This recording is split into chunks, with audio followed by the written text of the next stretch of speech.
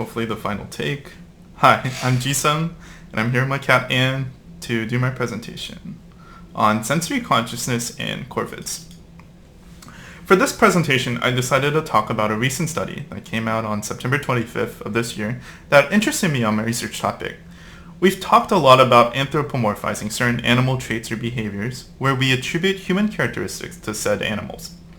However, we have also done the opposite, in a sense where we believe we are the only species to possess certain traits, behaviors, or abilities, particularly when it comes to the area of cognition. Occasionally, we'll extend these traits to primates and other animals, which have similar fundamental brain properties, such as a cerebral cortex. Over time, these presumed pillars of human exceptionalism have fallen, and here Nider et al. Argue that the relationship between consciousness and a cerebral cortex is another fallen pillar.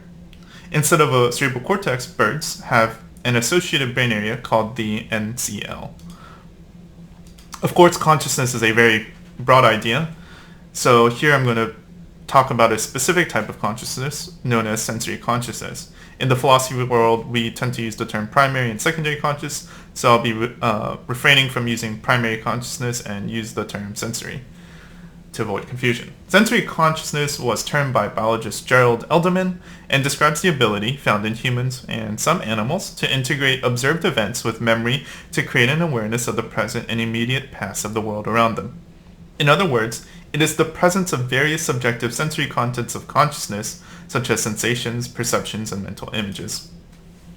So for the experiment, the scientists trained two carrion crows, who were only named as crow O and G, to respond to visual stimulus, and then had a delayed detection test. In the stimulus trials, after the delay period, a red cue required a response for the stimulus detection, whereas the blue cue prohibited a response for stimulus detection. In the no stimulus trials, the rule response contingencies were inverted. So in the top part, which means they got the stimulus as indicated by that gray square, if the crow got a red square, that means they would react to say yes, and if they got the blue square, they would say yes to wait, and then the opposite for no stimulus. So here, figures B and C on the left side show the psychometric functions of how crow O and G responded to differing levels of stimuli. They were given varying levels of intensity, which were categorized as no stimulus, faint stimuli, and salient stimuli, as you can see in C on the left side.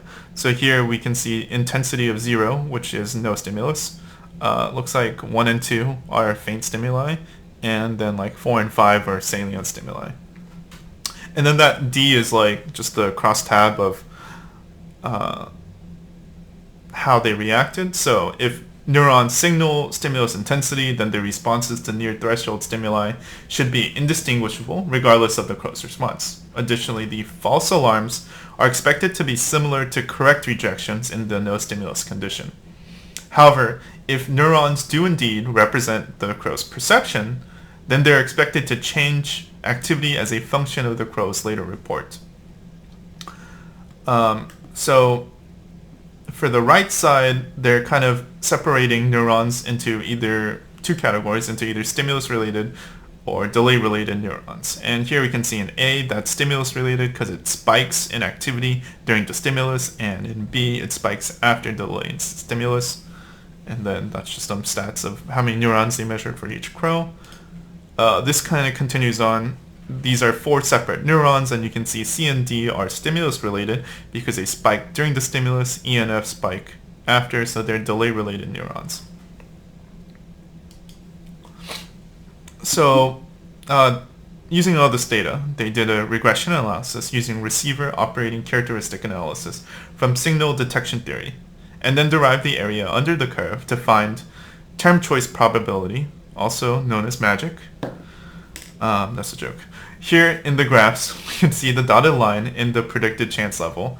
We see the gray area, which represents either chance probability of the near threshold hit versus the threshold miss, or correct rejection versus false alarm in the bottom two. They were significantly larger than the chance level in the graphs A, C, and D.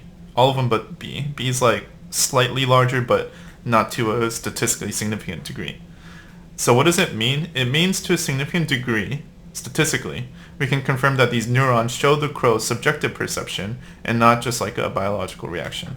And of course, for the supra thresholds, it was way beyond, way larger than the chance.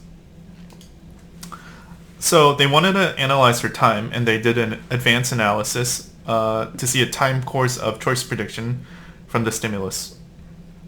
The scientists trained a support vector machine, which is sort of a learning algorithm to discriminate between yes and no responses for the near threshold trials, and they did that to minimize the effect of stimulus intensity in the data. And then they used new data with the machine to see if it was able to classify correctly between yes or no responses, and it was able to do so, indicating the population of neurons contained information about the crow's subjective experience throughout the trial. So I know that science methodology is hard, even with pretty good grade in stats and a course in research methodology. It took me 4 read-throughs to understand. So basically, the scientists hypothesized that if crows have a subjective sensory experience and no cerebral cortex, then sensory consciousness can exist without a cerebral cortex. Crows were shown to have a subjective sensory experience from the experiments, and we know that they don't have a cerebral cortex because they have the NCL.